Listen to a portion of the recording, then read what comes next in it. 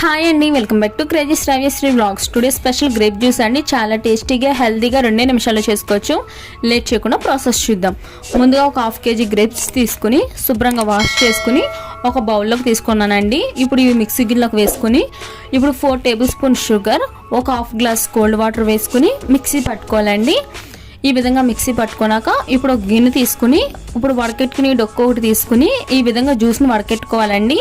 పై పిప్పి అలాగే జ్యూస్ అనేది సపరేట్ అయిపోవాలి.